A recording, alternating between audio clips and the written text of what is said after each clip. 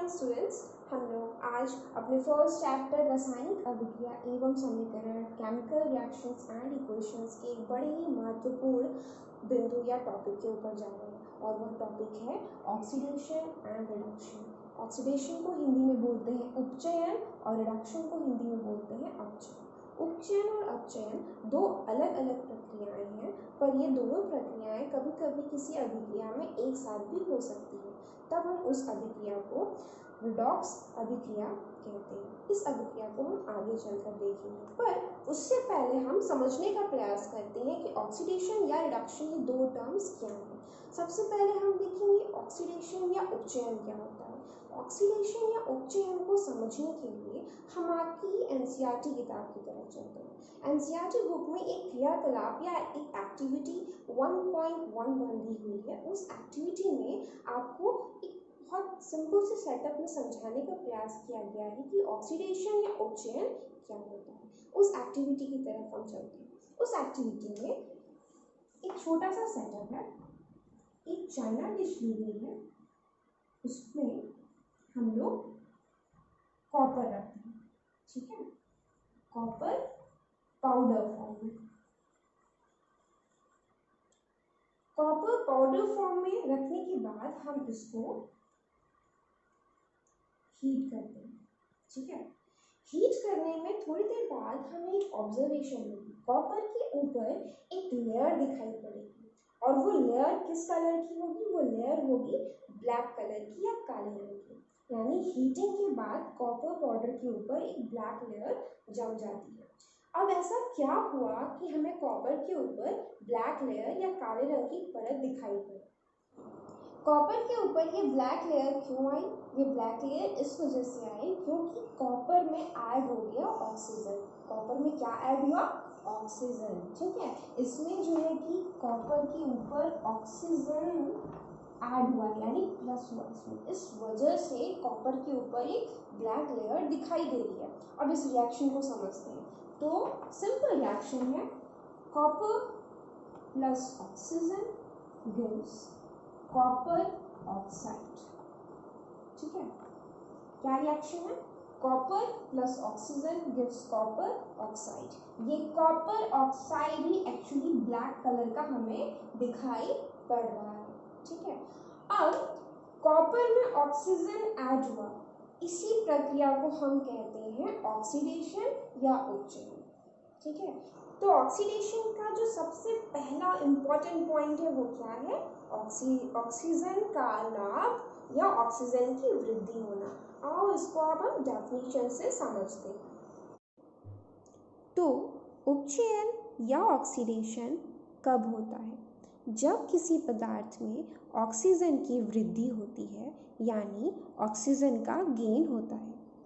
और दूसरा सबसे इम्पोर्टेंट पॉइंट, जब हाइड्रोजन का लॉस होता है या हाइड्रोजन का ह्रास होता है।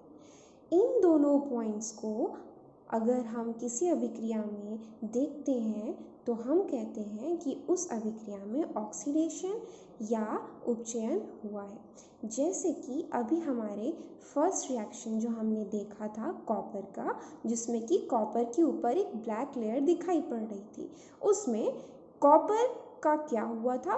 ऑक्सीडेशन या उपचयन। क्यों? क्योंकि कॉपर में ऑक्सीजन ऐड हुआ था या प्लस हुआ था। ये बात समझ में आई सभी को? अगर नहीं समझ में आया तो हम फिर से ऑक्सीडेशन या उपचयन को एक और एग्जाम्पल या उदाहरण से समझते हैं, जो अभिक्रिया हमने इस चैप्टर के स्टार्टिंग में भी सीखी थी। उस अभिक्रिया में मैग्नीशियम को जलाया गया था और जलाने में उसकी रिएक्शन या अभिक्रिया किससे हुई थी? बिल्कुल ऑक्सीजन से। तो वहाँ पर कैसे ऑक्सीडेशन हो रहा है, आओ इसको समझते हैं। एक बार फिर से, मैग्नीशियम में ऑक्सीजन ऐड हुआ यानी ऑक्सीजन का गेन या लाभ हुआ, तो हम क्या कहेंगे? ऑक्सीडेशन या उपचयन। तो उपचयन या ऑक्सीडेशन की प्रक्रिया को अभी तक हमने ऑक्सीजन की गेन के संदर्भ में समझा है। इसके बाद हम हाइड्रोजन के संदर्भ में भी समझेंगे, पर उससे पहले हम चलते हैं अगले भाग की तरफ। अब हम चलते हैं रिडक्शन या अपचयन की तरफ। अपचयन या रिडक्शन यह कब हुआ है, इसे हम दो स्थितियों में कहेंगे, बिल्कुल ऑक्सीडेशन या उपचयन की तरह। जैसे ऑक्सीडेशन या उपचयन में ऑक्सीजन की वृद्धि हो रही थी तो हम कह रहे थे ऑक्सीडेशन या उपचयन हुआ है। उसी के विपरीत रिडक्शन या अपचयन में पहला पॉइंट होता है कि इसमें ऑक्सीजन की हानि होती है, यानी लॉस ऑफ ऑक्सीजन। एक तो यह स्थिति हो गई और दूसरा या तो हाइड्रोजन की वृद्धि होती है या हाइड्रोजन का गेन होता है। इन दो स्थितियों में अगर इनमें से एक भी स्थिति होती है तो हम कहेंगे रिडक्शन या अपचयन हुआ है। इसे हम एक अभिक्रिया से समझते हैं, सिंपल सा रिएक्शन हाइड्रोजन और फ्लोरीन के बीच में। इस रिएक्शन में हम देखेंगे फ्लोरीन का रिडक्शन। तो अब हम आते हैं रिडक्शन या अपचयन की तरफ। इसमें हम लोगों ने एक एग्जाम्पल लेने को कहा, हाइड्रोजन का रिएक्शन विथ फ्लोरीन। तो हाइड्रोजन और फ्लोरीन को जब हम रिएक्ट करते हैं तो हमें मिलता है हाइड्रोजन फ्लोराइड। हाइड्रोजन फ्लोराइड में अगर हम देखें तो हाइड्रोजन जो हमारा फ्लोरीन था, उस फ्लोरीन में क्या हुआ है, हाइड्रोजन ऐड हुआ है, यानी हाइड्रोजन का लाभ हुआ है या इसका गेन हुआ है। इसीलिए हम इसे क्या कहेंगे, रिडक्शन या अपचयन।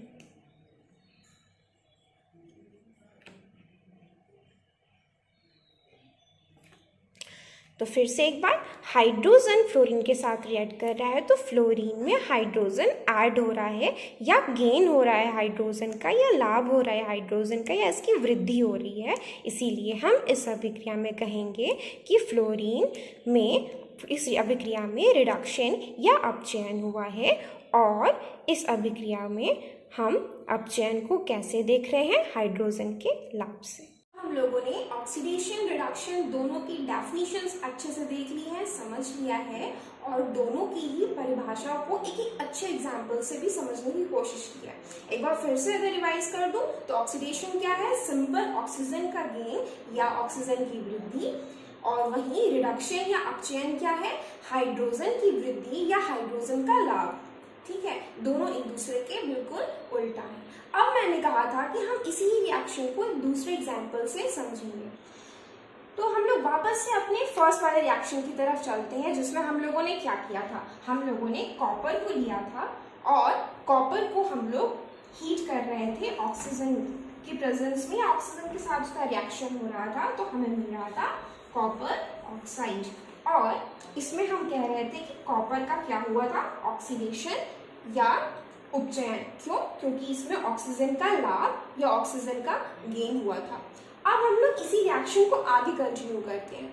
सपोज करो कि हम लोग इस कॉपर ऑक्साइड में, जो कॉपर ऑक्साइड हमको मिली है, कॉपर ऑक्साइड को कैसे पहचाना था हमने स्टार्टिंग में, कॉपर के ऊपर एक काली परत बन गई थी, उस काली परत को हम कॉपर ऑक्साइड बोल रहे थे।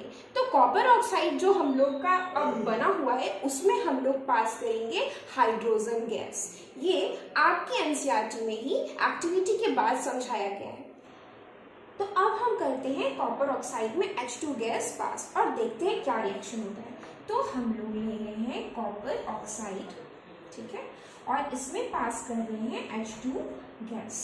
इस रिएक्शन में हम क्या पाएंगे इसके बाद कि हमें जो ये ब्लैक कॉपर के ऊपर एक पाउडर के कॉपर पाउडर के ऊपर जो ब्लैक कलर की लेयर दिख रही थी, अब वो एकाएक गायब हो जाएगी।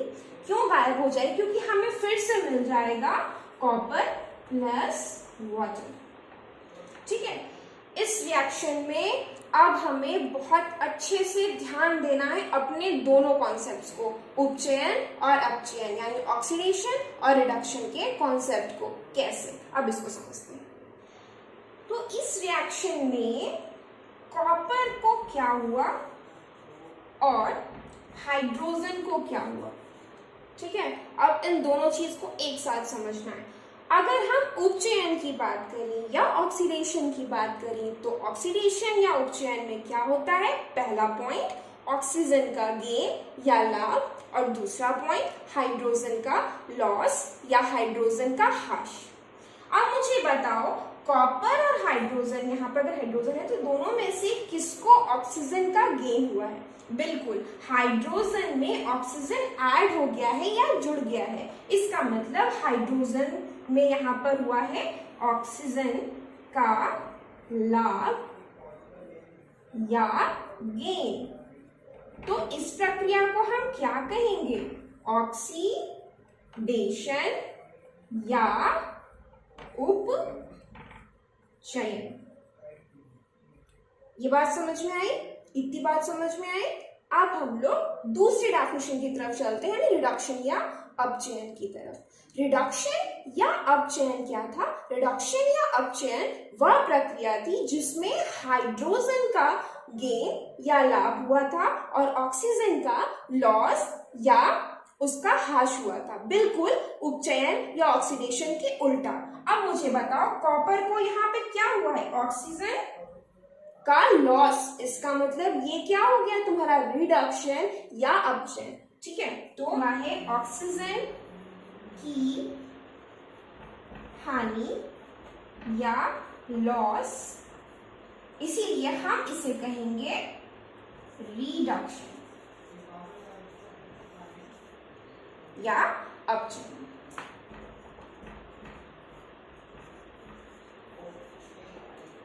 बस हम एक बार अब फिर से कंपैरिजन कर लेते हैं दोनों के बीच में। ठीक है, तो हम लोग लेके चल रहे थे ऑक्सीडेशन, ठीक है, या उपचयन, ठीक है, और दूसरा था रिडक्शन या अपचयन। ठीक है, फिर से एक बार कंपैरिजन। अगर ऑक्सीजन की बात करें, अगर हम ऑक्सीजन की बात करें, ठीक है, तो इसमें ऑक्सीजन क्या होगा? ऐड होगा या इसकी वृद्धि होगी, और इसमें ऑक्सीजन लॉस होगा या उसकी हानि होगी। और दूसरा, अगर हम लोग हाइड्रोजन के रिस्पेक्ट में बोले तो इसमें हाइड्रोजन का लॉस होगा या उसकी हानि होगी, और इसमें हाइड्रोजन का गेन होगा या उसकी वृद्धि होगी। ये कंपैरिजन याद रखना बहुत जरूरी है जब हम ऑक्सीडेशन और रिडक्शन या उपचयन अपचयन को कंपेयर कर रहे हैं। ठीक है, और दूसरी चीज मैंने जो बोली वो ये थी, जो ऑक्सीडेशन में पदार्थ जाएगा वो पदार्थ हो जाएगा ऑक्सीडाइज्ड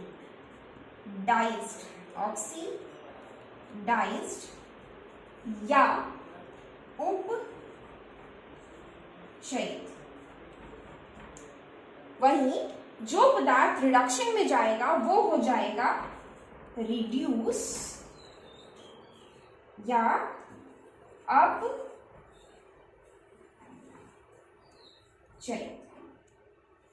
अपचयित।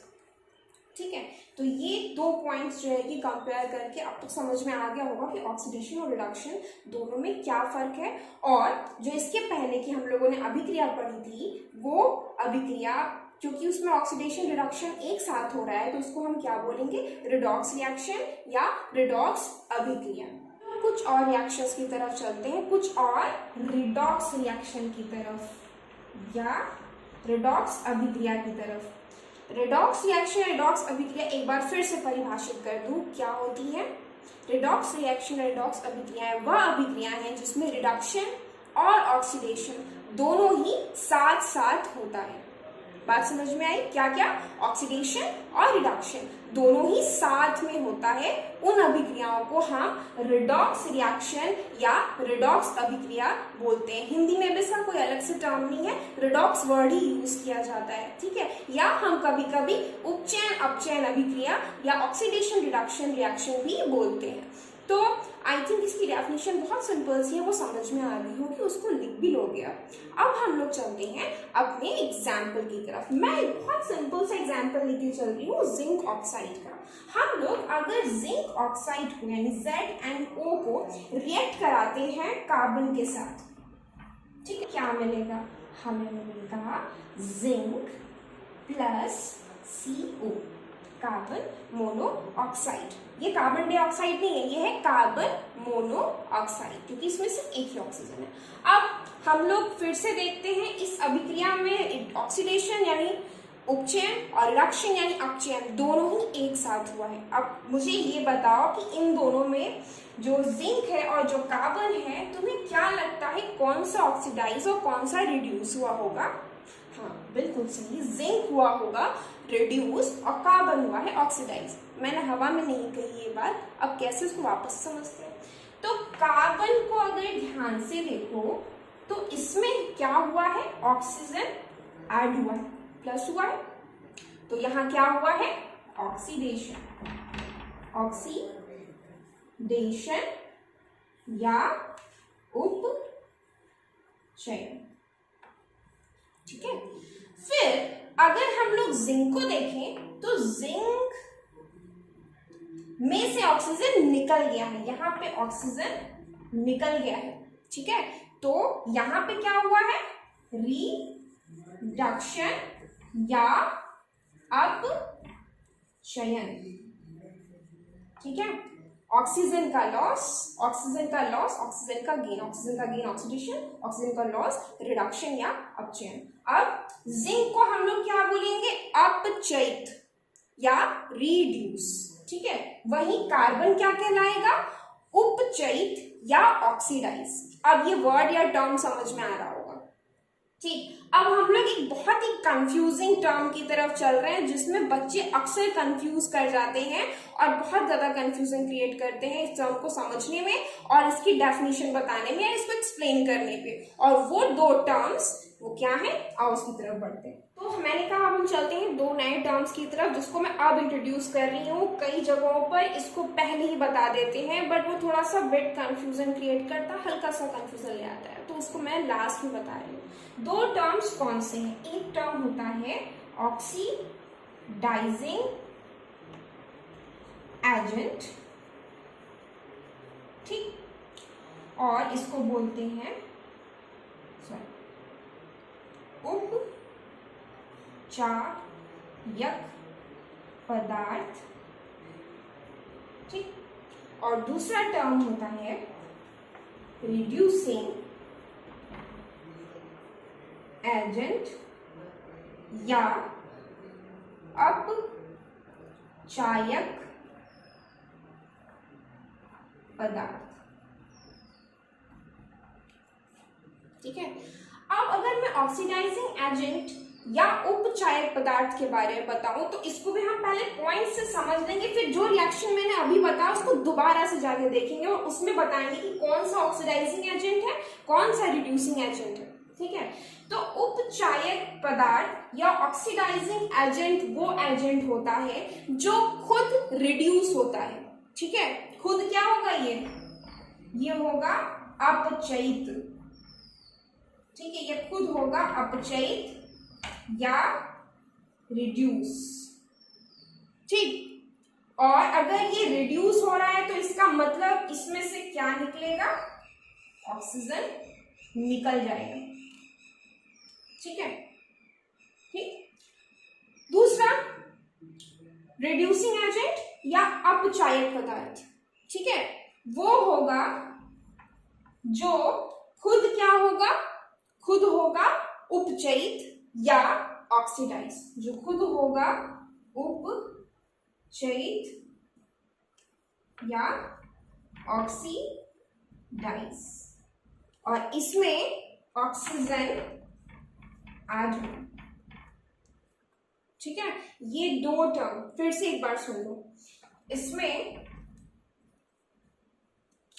ऑक्सीडाइजिंग एजेंट या उपचायक पदार्थ कौन है, जिसमें अब कह सकते हैं रिडक्शन हुआ या जो खुद रिड्यूस हो रहा है, अपचयित हो रहा है और ऑक्सीजन का लॉस हो रहा है। वहीं रिड्यूसिंग एजेंट या अपचायक पदार्थ क्या होगा, जो खुद उपचयित या ऑक्सीडाइज होगा और ऑक्सीजन गेन करेगा, क्योंकि उपचयित या जो उपचयित होता है रिएक्शन में या अभिक्रिया में, वो क्या होता है, ऑक्सीजन का गेन करता है या उसका लाभ होता है। और इसी की जस्ट उल्टा जो अपचयित होता है उसमें ऑक्सीजन की हानि होती है। तो ऑक्सीडाइजिंग एजेंट अपचयित होता है, रिड्यूसिंग एजेंट जो है कि ऑक्सीडाइज होता है, खुद ऑक्सीडाइज होता है। ठीक है, अब इसको वापस से रिएक्शन में समझते हैं तो ज़्यादा से समझ में। अब हम लोग अपने सारे कॉन्सेप्ट को एक साथ एक ही रिएक्शन में डाल के देखते हैं कि हमें कितनी बात समझ में आई। ठीक है, तो चलो चलते हैं। हम लोग का वही रिएक्शन जो अभी जस्ट पढ़ा हमने उसको फिर से रिवाइज करते हैं। हम लेते हैं जिंक ऑक्साइड और उसको रिएक्ट करा रहे हैं कार्बन के साथ। हमें मिल रहा है जिंक और कार्बन मोनोऑक्साइड। ठीक है, इस रिएक्शन में जिंक क्या हुआ था, यहाँ पे हुआ था रिडक्शन। एक बार फिर से सारे टर्म्स में रिवाइज करा रही हूँ। रिडक्शन या अपचयन, यहां से यहां क्या हुआ था, ऑक्सीडेशन,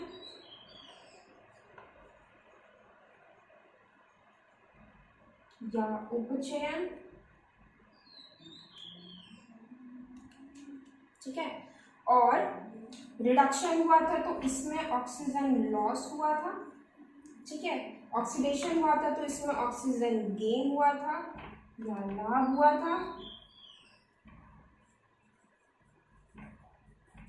ठीक है, फिर जिंक को हम कह रहे थे कि ये हुआ था रिड्यूस अपचयित। ठीक, कार्बन हुआ था ऑक्सीडाइज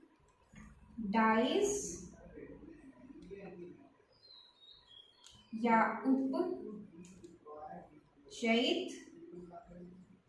अब जो लास्ट कॉन्सेप्ट मैंने इंट्रोड्यूस किया, उपचायक पदार्थ और अपचायक पदार्थ या ऑक्सीडाइजिंग एजेंट और रिड्यूसिंग एजेंट, उसको अब इसमें समझते हैं। तो जो पदार्थ खुद रिड्यूस हो, ठीक है, या अपचयित हो, तो वो पदार्थ क्या कहलाता है, इसके पहले क्या देखा था हम लोगों ने, वह पदार्थ कहलाता है ऑक्सीडाइजिंग एजेंट या उपचायक पदार्थ। यानी ये जिंक तुम्हारा क्या हो गया, ऑक्सीडाइजिंग एजेंट या उपचायक पदार्थ। क्यों? क्योंकि ये दूसरे को उपचयित कर रहा है या ऑक्सीडाइज कर रहा है अपना ऑक्सीजन दे करके, और खुद क्या हो रहा है, रिड्यूस। ये 2 पॉइंट। ठीक, वही कार्बन जो खुद ऑक्सीडाइज हो वो क्या होता है, वो होता है अपचायक पदार्थ या रिड्यूसिंग एजेंट। तो ये तुम्हारा एक और हो गया रिड्यूसिंग एजेंट। ठीक है, या अपचायक पदार्थ। ठीक है, यह अपचायक पदार्थ या रिड्यूसिंग एजेंट क्यों अपचायक पदार्थ है, क्योंकि ये दूसरे को रिड्यूस कर रहा है, उसका ऑक्सीजन छीन करके, ले करके, और खुद ऑक्सीडाइज हो जा रहा है। ये 2 पॉइंट। आई थिंक ये थोड़ा समझ में आया होगा, और अगर नहीं समझ में आया है तो फिर से एक बार हम लोग फिर से इसको एक बार समझते हैं, थोड़ा सा एक छोटे से उसमें समरी में। ठीक है, तो मैंने कहा समरी करेंगे हम, तो एक समरी फिर से वापस से इसी रिएक्शन में। इसके अलावा भी बुक में इसके पहले जो रिएक्शंस मैंने समझाया उसको समझते हुए भी इन कॉन्सेप्ट को वहां भी अप्लाई जरूर करना प्लीज, लेकिन यहाँ पे एक बार फिर समझते हैं। तो जिंक ऑक्साइड को हमने रिएक्ट किया कार्बन से, जिंक ऑक्साइड को हमने रिएक्ट किया कार्बन से। ठीक, और हमें मिला जिंक और कार्बन मोनोऑक्साइड। बहुत कुछ भी होगी लेकिन कोई बात नहीं, समझना इसमें पड़ेगा। ठीक है, तो जिंक ऑक्साइड और कार्बन को रिएक्ट करें तो हमको मिला जिंक और कार्बन मोनोऑक्साइड। ठीक है, अब जिंक ऑक्साइड क्या कर रहा है, खुद क्या हो रहा है, रिड्यूस हो रहा है। क्यों रिड्यूस हो रहा है, क्योंकि इसमें से ऑक्सीजन का लॉस हो रहा है। ये सब मैंने अभी अभी जस्ट बताया है, वीडियो में पूरे परिभाषाएं बताती गई हूँ मैं, तो वापस से नहीं समझ में आया तो बैक में जाकर भी समझ सकते हो, ठीक है। तो रिड्यूस हुआ क्योंकि इसमें ऑक्सीजन का लॉस हुआ, ऑक्सीडेशन हुआ, सॉरी रिडक्शन हुआ या अपचयन हुआ। वहीं कार्बन में हुआ ऑक्सीडेशन या ये ऑक्सीडाइज या उपचयित हुआ क्योंकि इसमें हुआ ऑक्सीजन का गेन, क्योंकि इसमें ऑक्सीजन ऐड हुआ, ठीक है।